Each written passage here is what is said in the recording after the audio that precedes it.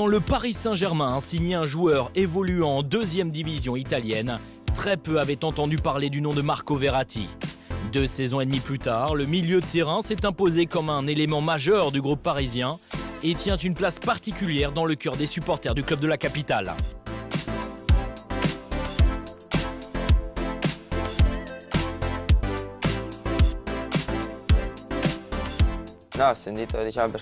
J'ai joué mon 100e match sous les couleurs du Paris Saint-Germain contre Nantes la semaine dernière.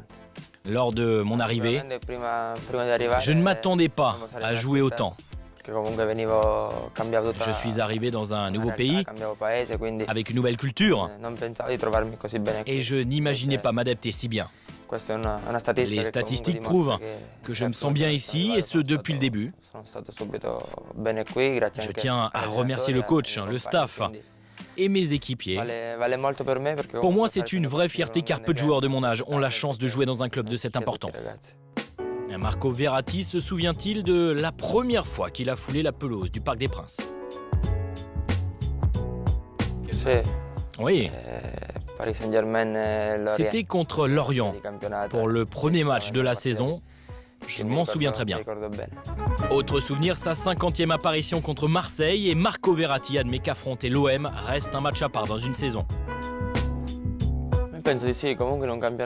Dans chaque championnat, il y a des matchs qui sont plus importants que d'autres.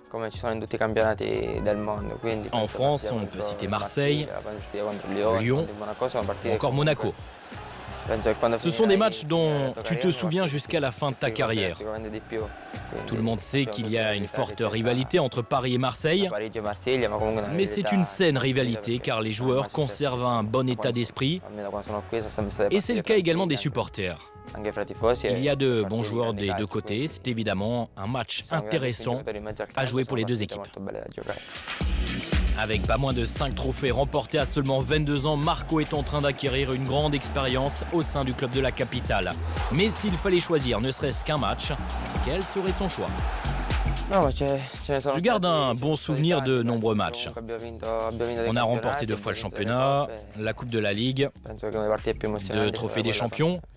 Mais je pense que le match qui, pour moi, reste le meilleur souvenir, c'est le quart de finale aller de la Ligue des Champions au Parc des Princes. Il n'y a qu'une statistique qui ne décolle pas réellement. Combien de buts a-t-il marqué pour Paris?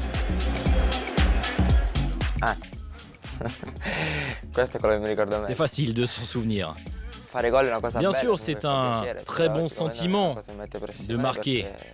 Mais je ne débute jamais un match en me disant qu'il faut absolument que je marque.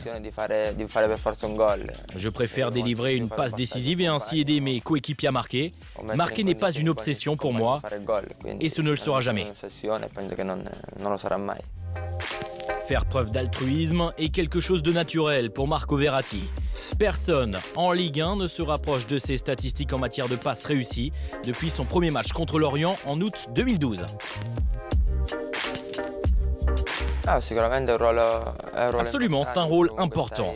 Je joue milieu de terrain, donc plus je fais de passes, mieux c'est pour moi et mon équipe.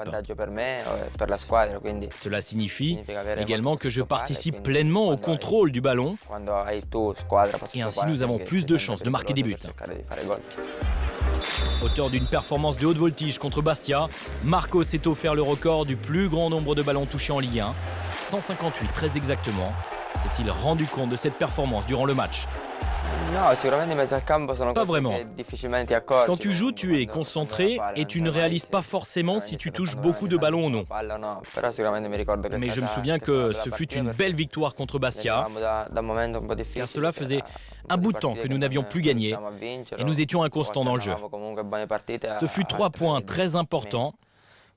Et je me souviens notamment de ma belle passe décisive pour Cavani.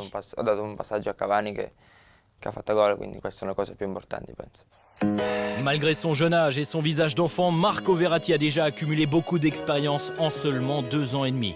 Tout jeune papa, Marco est réellement devenu un homme depuis son arrivée dans la capitale française.